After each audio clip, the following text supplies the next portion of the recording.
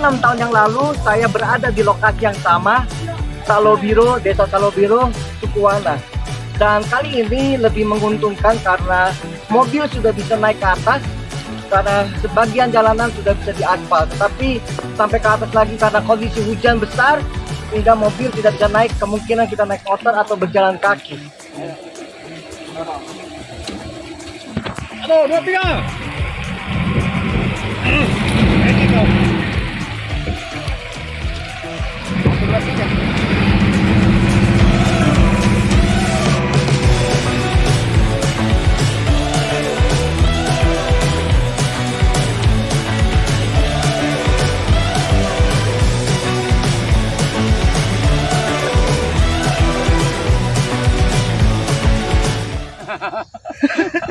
Pak Budi kasihan. Pak Budi, waduh.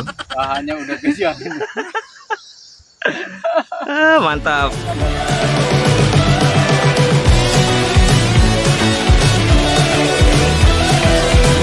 Saat ini saya berada di Desa Morowali. Desa Morowali adalah salah satu desa yang termaju karena kepala desanya memikirkan masa depan masyarakat setempat.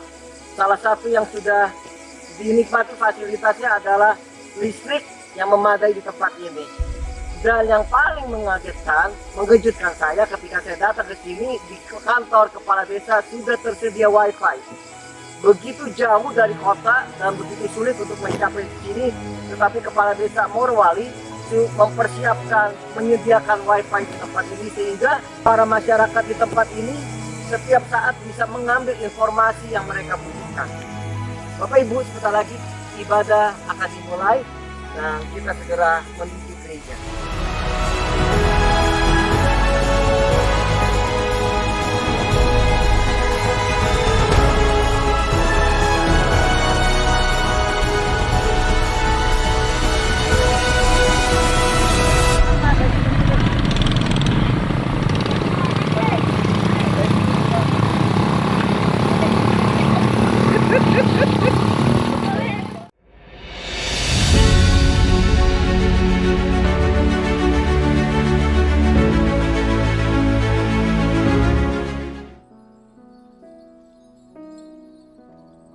Engkaulah perisaiku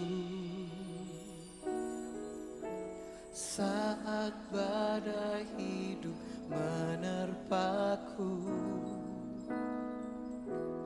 Janganmu di dalamku,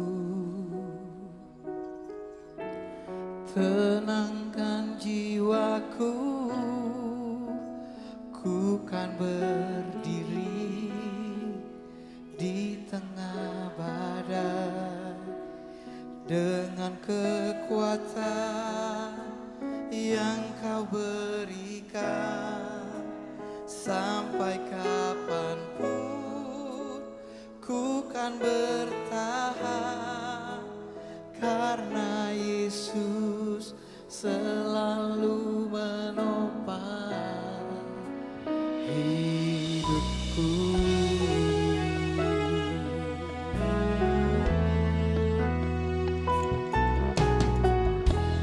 Engkaulah perisaiku saat badai hidup menerpaku. Firman-Mu di dalamku, pulihkan jiwaku. Ku kan berdiri di tengah badai dengan kekuatan yang kau berikan.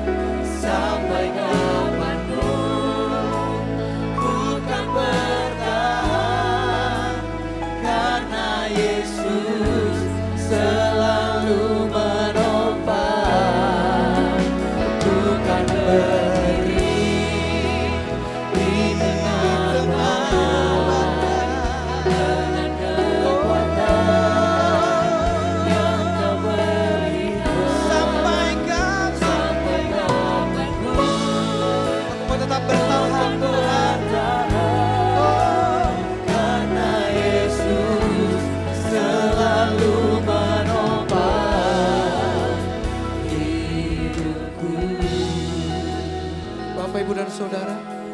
Bolehkah dengan iman saya undang untuk kita berdiri sama-sama? Saya percaya ini bukan sebuah ratapan, tapi ini sebuah pengakuan iman kita.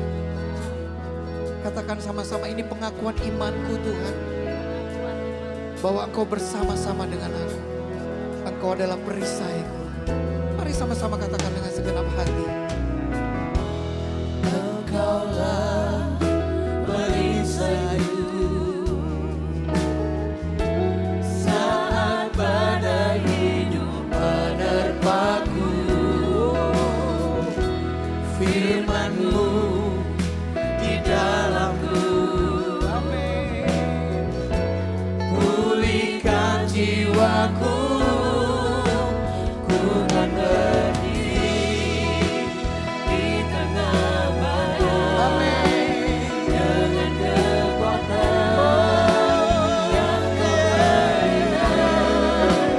Sampai kapanpun ku kan bertahan, karena Yesus selalu menopang. Ku kan berdiri di tengah badai dengan kekuatan yang Kau berikan. Sampai kapanpun ku kan bertahan, karena Yesus selalu menopang hidup. Mari kita angkat kedua tangan kita sama-sama katakan. Ku kan berdiri di tengah badai dengan kekuatan yang Kau berikan. Sampai kapanpun ku kan bertahan, karena Yesus selalu menopang. Ku kan berdiri di tengah badai dengan kekuatan yang Kau berikan. Sampai kapanpun ku kan bertahan, karena Yesus. Sekali lagi katakan, ku kan berdiri di tengah badai dengan kekuatan yang Kau berikan. Sampai kapanpun ku kan bertahan, karena Yesus selalu menopang. Karena Yesus selalu menopang. Karena Yesus selalu. Sekali lagi katakan, karena Yesus selalu menopang hidupku.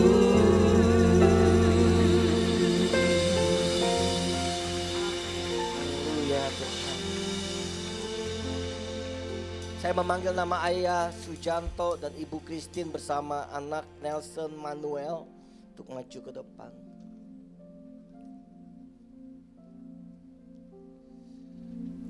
Tuhan, kami mengangkat kedua tangan kami untuk nama anak Nelson Manuel, Ibu Sujanto, Ibu Christine dan Ayah Sujanto. Hamba-Mu berdoa dengan kedua iman orang tuanya. Anak ini diserahkan di hadapan Tuhan, di hadapan banyak saksi hamba Tuhan. Hamba-Mu berdoa buat kekuatan, kesehatan, perlindungan dan pertumbuhannya. Engkau mengurapi ketika dia masih di bawah balita. Engkau mengurapi bibirnya. Engkau memberikan wibawa otoritas menjadi jalan penengah atas kedua orang tuanya. Anak ini Engkau pakai Tuhan ketika orang tua berselisih. Orang tua ini menghadapi sesuatu yang digumulkan. Anakmu yang masih kecil ini akan bertakhta, berkuasa, memiliki hikmat seperti Daniel, memiliki hikmat seperti Samuel, memiliki hikmat seperti Yusuf. Dan aku memerintahkan kuasa Tuhan tercurah. Engkau memakai anak ini begitu luar biasa. Dia boleh kecil pikirannya, tetapi berpikir secara dewasa. Karena ada hikmat dalam hidupnya. Aku berdoa hikmat yang luar biasa. 2 kali hikmat di atas rata-rata seusia anak ini. Aku berdoa Engkau mengurapi mereka di dalam nama Yesus. Aku berdoa buat ayah, buat papa, buat mama yang ada. Engkau yang mengatur seluruh kehidupan mereka. Penyertaan Tuhan sempurna adanya. Di dalam nama Yesus hamba-Mu berdoa. Amin. Berkati Pak. Silakan duduk Bapak Ibu semua. Shalom. Shalom, apa kabar? Ya, saudara, tema hari ini adalah perjuangan hidup manusia selalu akan bertemu dengan badai. Amin saudara. Saudara mau amin tidak amin, saudara tetap berjuang dalam kehidupan saudara. Saudara mau siapkan tidak siapkan, badai kesehatan, badai keuangan, badai rumah tangga akan datang begitu saja tanpa berkenalan dalam hidup saudara. Saudara, badai tidak pernah bertanya apakah saudara rajin ke gereja. Badai kehidupan tidak bertanya apakah saudara cinta Tuhan. Apakah engkau sudah doa puasa, baca Alkitab. Apakah saudara sudah ikut program kelompok orientasi melayani? Apakah saudara sudah baca Alkitab? Dia tidak bertanya, dia masuk begitu saja dan terjadi kelumpuhan dalam hidup saudara. Kelumpuhan dalam ekonomi, kelumpuhan dalam keluarga, perselisihan di mana-mana lumpuh. Karena apa? Badai menerjang dan tidak bisa berbuat apa-apa dalam hidup saudara.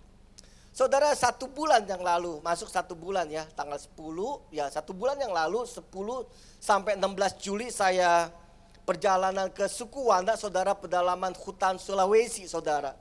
Saya sudah siapkan, saya sudah rencanakan persiapan rundown acara dari hari pertama, kedua sampai pulang, semuanya sudah dirapi, di packing dengan baik. Ternyata saudara, waktu kita berangkat ada badai La Nina datang saudara. Badainya sifatnya angin kencang sekali sampai bisa merobohkan pohon-pohon. Hujan deras tidak berhenti selama kami pergi selama seminggu. Hujan terus non-stop saudara.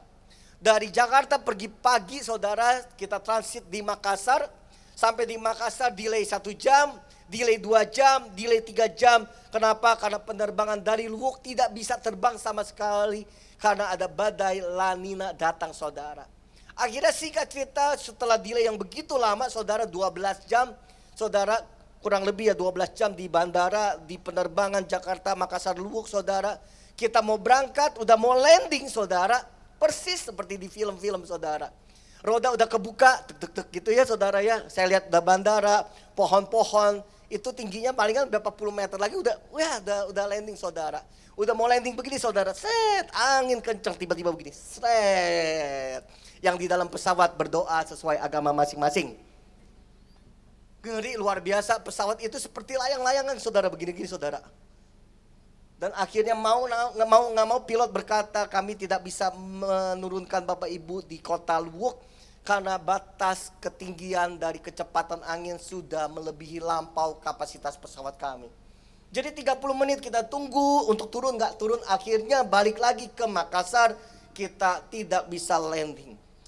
Ya singkat cerita bermalam saudara, akhirnya kita besoknya pagi turun ke Luwuk dengan badai yang cukup besar. Saudara, kita lihat pohon-pohon semua udah pada rubuh, billboard semua udah pada rubuh saudara. Ya udah berjalan saudara.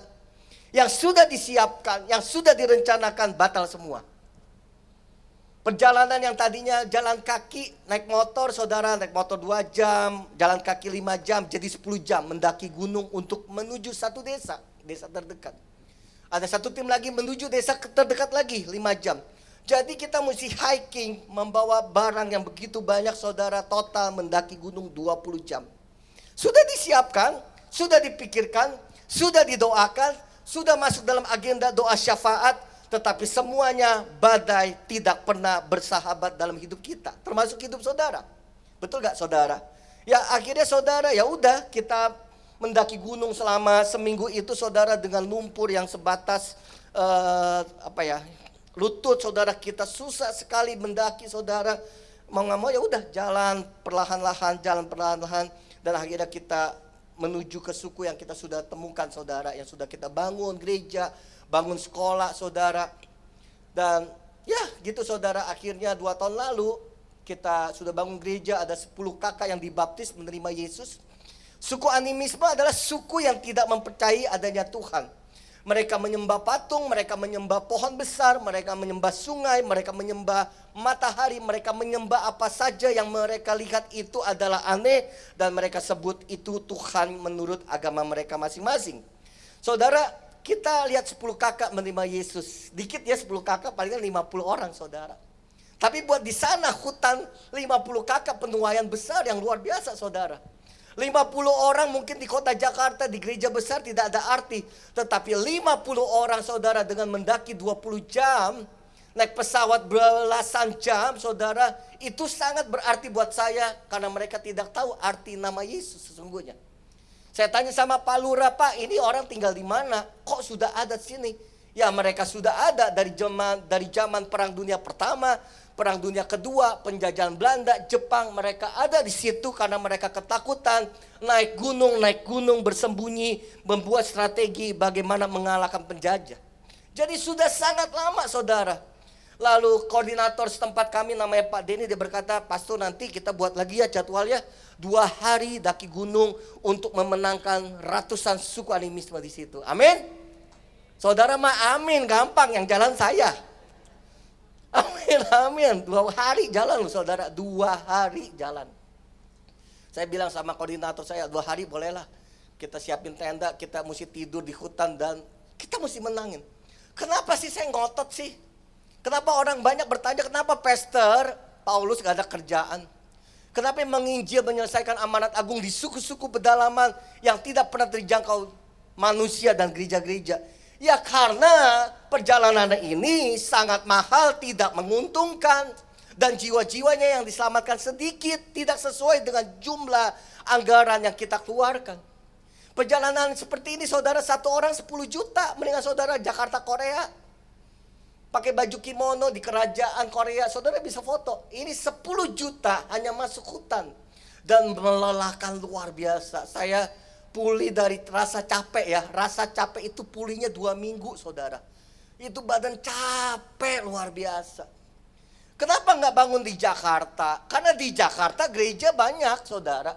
Karena di Jakarta banyak yayasan yang membuat bakti sosial, mendukung orang miskin, menolong orang susah. Tetapi di sana tidak ada satu pendeta pun yang mau ke sana. Sampai koordinator saya Pak Denny berkata, Pastor saya bangga sekali. Saya baru ketemu pendeta dengan jumlah jemaat sebesar ini masih mau masuk ke pedalaman hutan. Saya bilang ya tugas kita menyelesaikan amanat agung. Kita semua harus bersaksi tentang Yesus.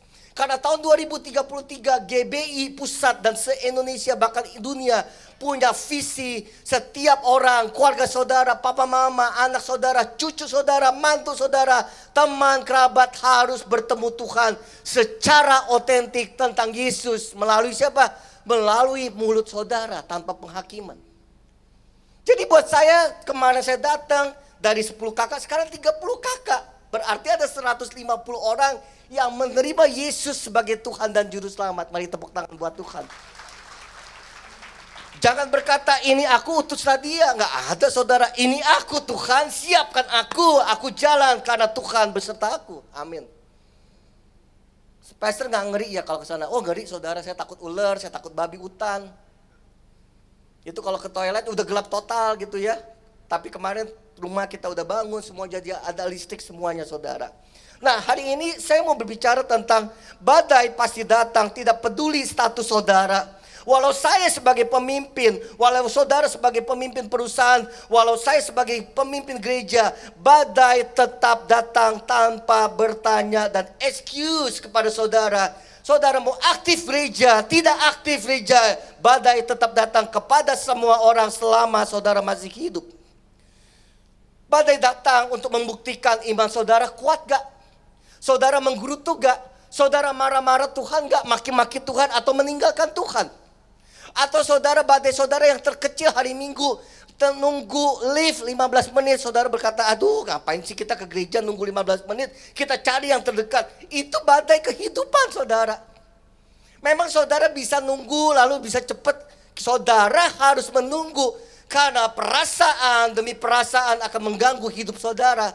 Rasa-rasanya firmannya gak cocok. Rasa-rasa tidak ada hadirat Tuhan. Rasa-rasa hidup saya stagnasi. Rasa-rasa hidup dengan Tuhan tidak pakai perasaan. Tetapi hidup dengan Tuhan harus mengalami Tuhan secara pribadi, saudara.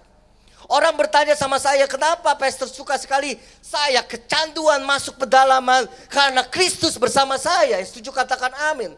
Kalau Kristus ada di dalam hidup saudara, saudara mau pergi kemana, di tempat enak atau tidak enak, badai saudara begitu besar, tetapi ada wibawa kuasa Allah, hidupmu tetap berkemenangan. Yang setuju katakan amin.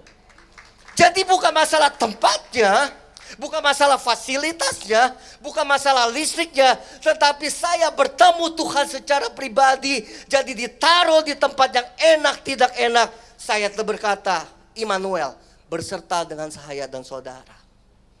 Jadi jangan pernah menyalahkan, atau memang keluarga saya, pekerjaan saya, begini, begitu, pasangan saya. Itu keputusan yang sudah tidak bisa dilewatkan. Tetapi saudara harus hadapi bersama Tuhan. Saudara menjadi kuat dan menang.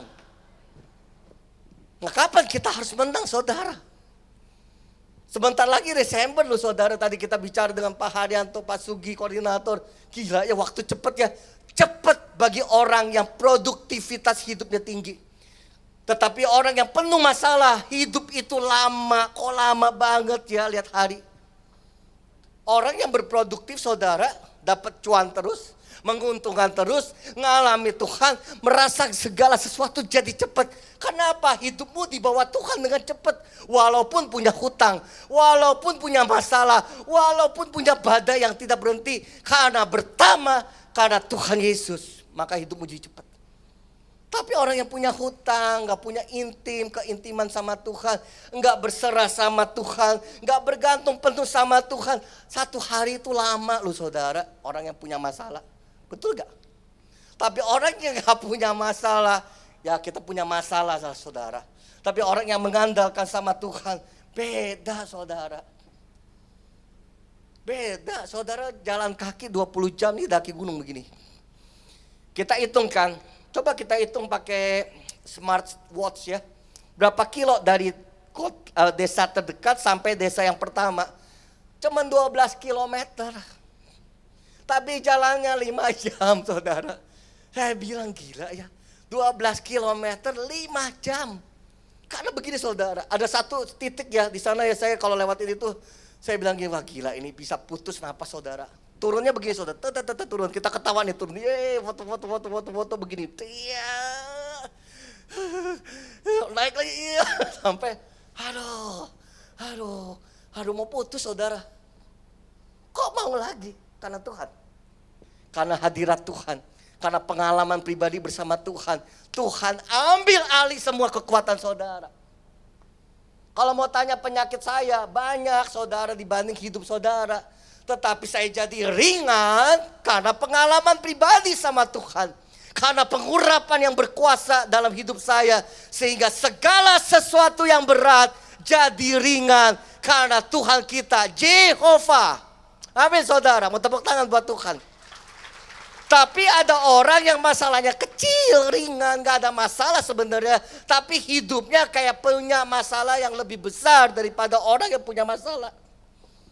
Jadi itu pengalaman sama Tuhan membuat saudara itu menjadi enteng, ringan atau gimana sih? Penyakit asma lu saudara. 20 jam daki gunung, kok bisa? Kok bisa? Ya karena Tuhan. Hutangmu mungkin 2 miliar, kok bisa selesai? Ya karena Tuhan. Penyakit saya, keluarga saya, hidup saya semuanya berat. Tapi karena Tuhan, semua jadi ringan. Amin saudara. Bagaimana meresponi ketika badai datang dalam hidup saudara? Ada yang kenyataannya udah disiapkan kayak saya gagal saudara. Tetapi ada orang yang santai-santai gak mempersiapkan apa-apa. Bahkan dia gak sangka-sangka hasilnya jadi luar biasa. Teman saya usus buntu. Kalau usus buntu mah gak doa lah ya. Andai kata doa ya santai lah usus buntu. Kalau cancer stadium 4 doanya pasti beda tuh. Level doanya pasti waduh greget doa puasa. Kalau usus buntu mah ya udahlah tutup mata 5 menit selesai. Tapi kalau cancer 5 bulan doa puasa. Lihat saudara level badannya beda. Usus buntu dioperasi salah potong. Drop metabolismenya jatuh hancur koma sampai hari ini. Saudara mau ngomong apa?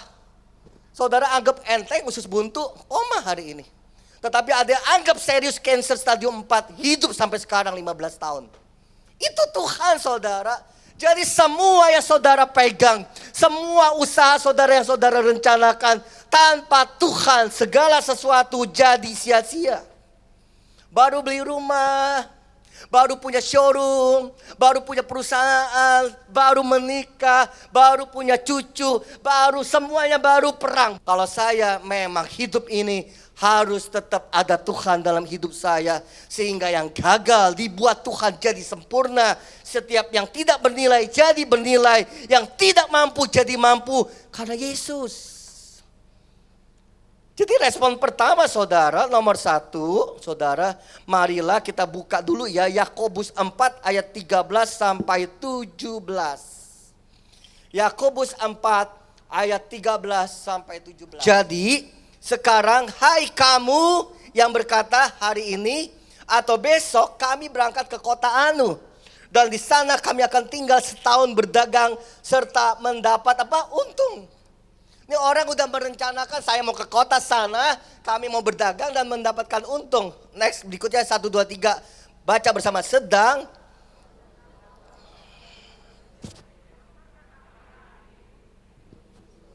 uap lalu lenyap. Sebenarnya kamu harus berkata jika Tuhan menghendakinya kami akan hidup dan berbuat ini dan itu. Tetapi sekarang kamu saudara dan saya bermegah dalam kecongkakanmu. Dan semua kemegahan yang demikian adalah salah. Jadi jika seorang tahu bagaimana harus berbuat baik, baiklah ia tidak melakukannya, ia berdosa. Jadi kalau saudara udah dengar firman ini, saudara mesti ngandelin Tuhan dalam perencanaan Tuhan. Ngalami Tuhan, bertemu Tuhan secara pribadi. Saudara tahu tapi tidak melakukannya, saudara berdosa. Ini ada seorang pengusaha udah siapkan ke kota Anu. Dia udah pikir baik-baik untung ruginya, modalnya, balik labanya, BEP-nya, semua break even point-nya. Dia sudah hitung, tiba-tiba salah. Bukankah itu kita semua yang melakukannya? Kita berpikir kalau saya menikah dengan pasangan A, saya bakal penuh dengan ketawa, senyum dan canda. Begitu menikah, semuanya terbang. Piring terbang, mangkuk terbang, bangku, pintu, banting, meja digeprak. Udah kayak neraka. Makanya hidup kita butuh perencanaan. Bukan dari kita, tapi perencanaan dari Tuhan diimplementasikan dalam diri kita. Saudara butuh Tuhan. Ada yang berkata saya juga gak butuh Tuhan. Oh ya gak apa-apa juga sih. Daripada kita ngotot berantem buat apa. Kita butuh Tuhan. Respon yang pertama saudara. Hidup manusia seperti uap air kata Raja Salomo. Semakin saudara cari, semakin saudara lelah. Semakin saudara cari seperti tanaman yang hari ini mekar, besok tiba-tiba layu. Hidup manusia seperti uap air ada dan hilang. Hidup manusia seperti roda yang berputar di atas di bawah. Dan semuanya adalah sia-sia. Bahkan Raja Salomo berkata, kamu hidup tuh seperti menangkap angin dengan jaring net. Gak ada hasilnya. Bagaimana saudara bisa tangkap angin dengan jaring net?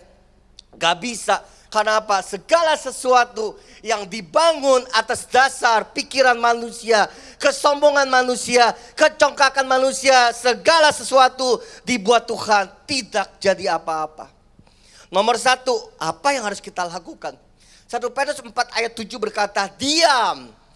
Karena diam adalah kekuatan kita semua waktu Tuhan yang bekerja. Diam waktu kita berserah sama Tuhan, mengangkat tangan kita sama Tuhan, waktunya Tuhan bekerja. Diam tanda kita benar-benar percaya sama Tuhan. Tuhan ambil alih karena kami tidak mampu lagi. Tanda kemenangan dan mempercayakan Tuhan, bekerjalah atas hidup saya. Kata yang pertama apa? Diam. Berapa banyak dari kita yang susah untuk diam? Doa aja kita nggak, susahnya minta ampun. Saya ini belajar udah lama saudara, berdoa cuma 2-5 menit. Ngapain? Diam.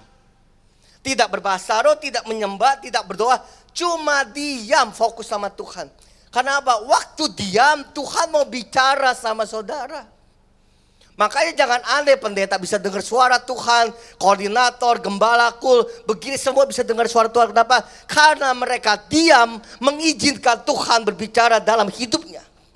Bagaimana saudara komplain, minta ini, berkati ini terus gitu loh. Lalu tidak menyediakan waktu untuk berkata, Tuhan berbicaralah, aku mau diam. Coba diam 2 menit setiap pagi. Atau waktu saudara yang santai, yang tidak diganggu, 2 menit sampai 5 menit. Cuma diam. Saya yakin gagal semua. Termasuk saya. Saya latihan 2 menit sama seseorang hamba Tuhan, dilatih. Bakernya saya pengen cepetin. Kenapa? Lama kok ya tiba-tiba. 2 menit itu lamanya minta ampun. Dia kan mentornya kan lagi berdoa gitu kan. Diam gitu. Saya 2 menit. Saya pengen cepetin. Saya punya alarm biar bunyi gitu. Biar selesai. Lama 2 menit. Tapi waktu konsisten melakukannya, mempersiapkannya, menyediakan waktu buat Tuhan. 2 menit itu cepat dan sekarang menuju 15 menit, menuju setengah jam. Dan saya tahu apa yang akan terjadi di depan sana karena Tuhan yang merencanakan hidup saya. Bukan saya merencanakan hidup saya kepada Tuhan. Beda ya saudara. Diam nomor 1. Ada masalah rumah tangga, diam salah satunya. Atau dua-duanya diam, cepat selesai masalahmu. Waktu anak memberontak, diam papa mama, dengarkan anakmu bicara. Dengarkan keluh kesah anakmu, diam saudara. Jadi polanya udah kita ganti, bukan saya lagi yang bekerja, tetapi Tuhan yang bekerja dalam hidup saya. Waktu ada badai, jangan lawan itu badai, mati saudara. Waktu ada badai ya berhenti. Tukang ojeknya berkata, turun pak, saya udah gak bisa jemput bapak. Bapak mesti jalan kaki. Enggak, naik aja pak, saya percaya darah Yesus berkuasa, mati masuk jurang. Dan itulah kita. Kita terlalu percaya, terlalu beriman, saking saktinya sampai celaka hidup kita. Kalau waktunya diam ya diam. Waktunya diam berpuasa ya diam dan berpuasa. Udah jangan pakai cara lagi, gak bisa saudara. Yang kedua saudara, apakah saya orang yang diam? Apakah saya seorang pendeta, gembala sidang yang ngerti suara Tuhan, yang tahu suara Tuhan dan beberapa kali Tuhan berbicara sama saya secara audible? Apakah nggak pernah mengalami kegagalan yang di depan saudara ini? Gagal banyak. Orang tanya, Kap, udah berapa bangunan sekolah yang sudah dibangun sama Yayasan Rumah Junior selama 10 tahun ini? Mau jujur cuma ngomongnya 10. Targetnya berapa? 100.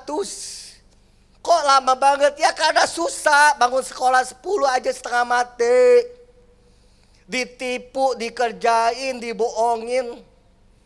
Yang bohongin ya pendeta juga di sana. Jadi pendeta juga punya masalah.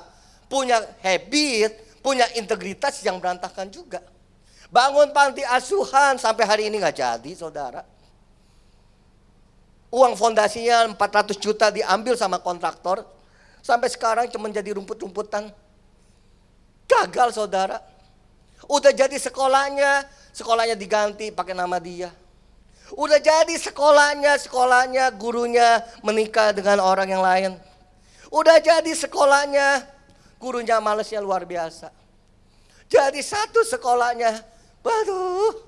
Artinya saudara tolong saking keselnya. Untuk bangun satu sekolah, satu gereja, itu membutuhkan waktu, tenaga, pikiran yang menghancurkan hidup saya. namanya stres dan depresi. Ya makanya pastor jangan jauh-jauh dong, di sini aja Jakarta. Nggak mau saya. Saya pengen ke sana karena tidak ada satu manusia pun pendeta yang mau ke sana. Kalau saya ajak teman-teman pendeta, pendetanya bilang gini, nggak untung, Lus, nggak untung. Ya nggak untung pelayanan ke sana nggak ada untung, nggak dapat apa-apa, cuman capek, buang duit. Tapi menyelesaikan amanat agung dengan jelas. Ya di Jakarta bukan menyelesaikan amanat agung, ngambilin jemaat, narik-narikin. Dan kita tidak boleh lakukan di GMCC. Cari jemaat yang belum bergereja, jangan cari jemaat yang sudah bergereja, apalagi pindahin, gak boleh ya. Saudara tidak menyelesaikan amanat agung. Survei membuktikan cuma 1-2% orang yang tidak kenal Yesus menjadi kenal. Cuma 2%. 55% orang gonta-ganti gereja, bolak-balik gereja. Pindah sana, termasuk saudara. Makanya diam, tanya Tuhan, gereja saya di mana? Mentor saya siapa? Komunitas saya yang sehat itu siapa? Tanya Tuhan dengan waktu apa? Berdiam.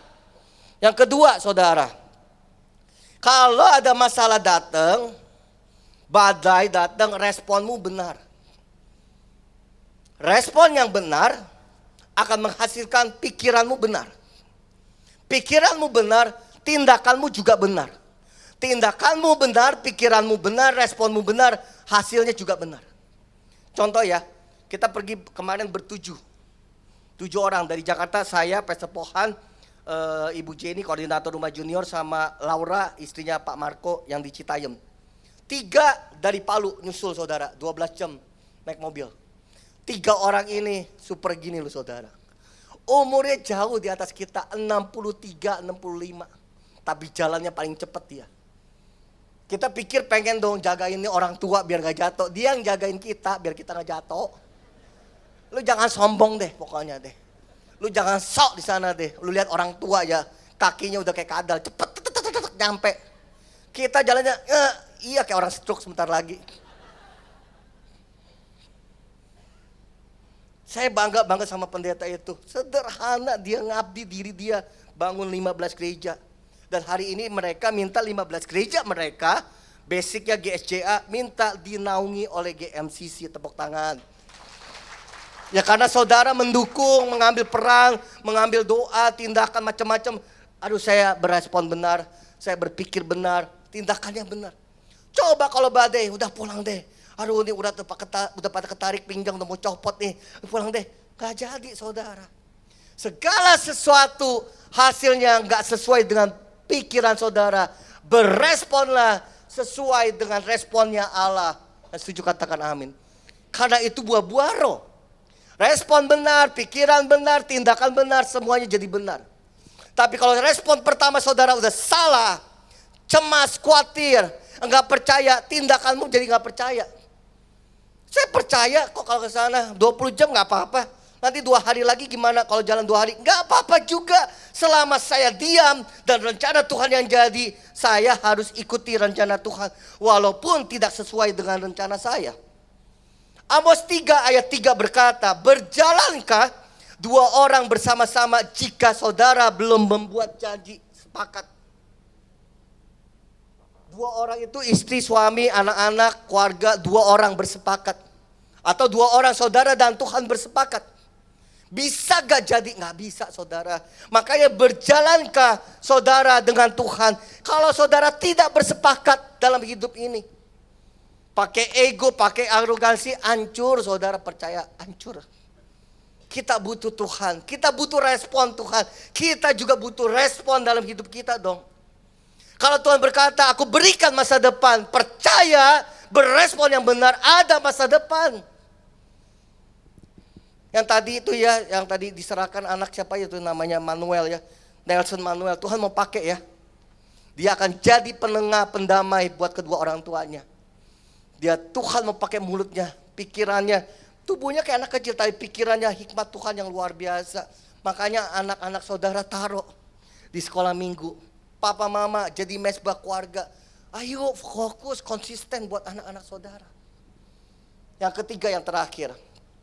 Enggak di Jakarta, enggak di kota besar, bahkan enggak di pedalaman, ada 2 jenis manusia. Satu malesnya luar biasa, satu rajinnya luar biasa. Tadi saya bilang ya, saya bangun sekolah banyak yang gagal loh saudara. Ini ada yang mau ditutup lagi.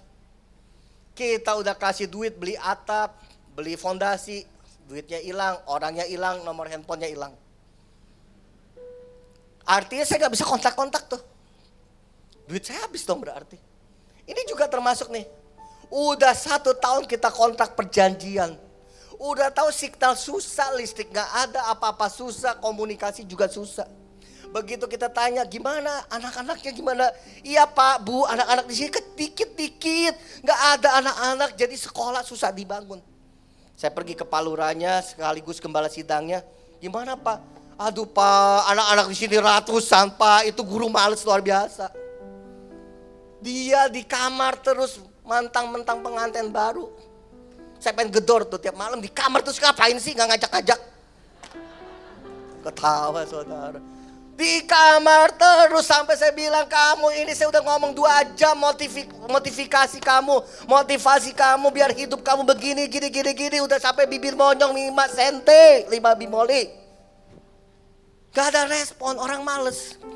Orang males sahabatnya miskin. Orang males gak ada masa depan. Dengarkan itu. Saudara mau rajin doa, rajin puasa, rajin ke gereja. Saudara males, gak jujur, miskin hidup saudara. Udah itu aja deh. Aduh kok banyak keras gak apa-apa. Hidup lo gak mau berubah. Pak Lurahnya rajinnya luar biasa. Rumahnya paling gede, paling terang. Pakai wifi, pakai signal. Sampai saya kaget, gila ini hebat banget nih Pak Lurah. Rajin luar biasa, gak pernah berhenti kerja. Dia ternak babi, ternak apa tuh ya, sapi, apa aja sih ternak, ya ayam bebek, pokoknya dia ternak, dia kebun, pasang bikin tanam pohon sawit, tanam pohon nilam. Aduh saya bilang ini orang rajin, berburu, berdagang, buka warung, produktif banget hidupnya. Yang satu guru udah dikontrak setahun, saya mau mati Pak karena saya punya TBC. Mau pulang-pulang, mau pergi-pergi, ambil keputusan sekarang. Saya kesel saudara, beneran saudara. Habis saya Pak, paru-paru saya bocor, saya gak bisa kerja berat. Makanya lu suruh kerja di sini gak berat. Aduh saya kesel banget sama tuh guru, saya bilang sama istri koordinator saya, telepon istri saya. Gitu gimana, udah putusin kerja, udah aduh duit kita udah habis. Males banget tidur terus. Malesnya minta ampun, aduh. Saudara ketawa, ya saudara juga gitu males. Makanya hidupmu gak berkembang. Makanya hidupmu penuh masalah. Rajin ke gereja, tapi hidupmu penuh masalah. Kenapa? Gak punya respon yang benar. Gak diam tanya rencana Tuhan. Gak mau kerja, males. Tuhan kasih kita talenta demi talenta. Kerjain walaupun 1, saudara tetap hidup kok. Walaupun 2, kerjakan, bisa jadi 4 talenta, bisa jadi 8, bisa 16, asal enggak males. Yang konseling sama istri saya gini, Pak saya gak punya dana, modalin. Kita modalin. Udah dikasih modal kerja apa Pak? Tanya minta duit dikasih, mau kerja apa? Jadi lihat ya orang males. Saya kalau gini tuh, saya kalau lihat guru itu, aduh males saudara. Kesel saya sama orang males. Dikasih modal dia tanya dagang apa? Udah dikasih tahu dagangnya, dagang di mana? Mana gua tahu. Aduh, kenapa sih ada orang kayak gini nih? Aduh. Lu di kamar terus gua bangunnya. Ketika kita nyalain kompor, saudara, nggak nyala-nyala, cetak-cetek, nggak ada pematik ya baru dia keluar. Pastor. Ya, Tuhan Yesus, cepet datang lah. Gua jalan dah sengsara 20 jam. Aduh, badai banyak. Pastor. Saya simpulin ya saudara ya, badai pasti datang dalam hidup kita. Dia gak bertanya, dia gak berkenalan, dia masuk begitu saja. Hanya orang yang diam dalam hadirat Tuhan. Tanya Tuhan, menunggu Tuhan. Yang kedua, berespon benar walaupun situasinya tidak mendukung. Tetaplah berespon benar walaupun tidak mendukung. Yang ketiga, Amsal 6 ayat 6 kita buka sebagai ayat penutup, pemusik boleh maju. Amsal 6 ayat 6 sampai habis. Hai pemalas, pergilah kepada semut, perhatikanlah lakunya dan jadilah bijak.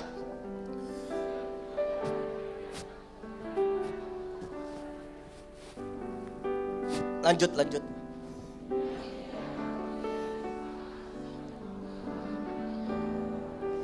Ayat 9. Hai pemalas, berapa lama lagi engkau berbaring? Tidur sebentar lagi, mengantuk sebentar lagi, melipat tangan untuk tinggal berbaring. 11. Maka datanglah kemiskinan seperti seorang penyerbu dan kekurangan seperti orang yang bersenjata. Ngerti ya? Males aja, gak apa-apa. Saya kan rajin doa, gak apa-apa, males aja. Saya datang lo ke gereja. Enggak, gue gak suruh lu datang ke gereja, lu juga datang. Pokoknya ya orang malas udah deh. Saudara yang menentukan masa depan saudara. Saudara punya masa depan baik, hari ini dimulai. Hari ini respon. Hari ini tanya Tuhan. Sungguh-sungguh sama Tuhan. Ngalami Tuhan secara pribadi. Amin. Amin. Mari kita bangkit berdiri. Biar berkat kasih karunia dari Allah Bapa, penyertaan anak yang tunggal Yesus Kristus dan Roh Kudus menyertai kita semua. Di dalam nama Yesus, semua yang percaya berkata amin.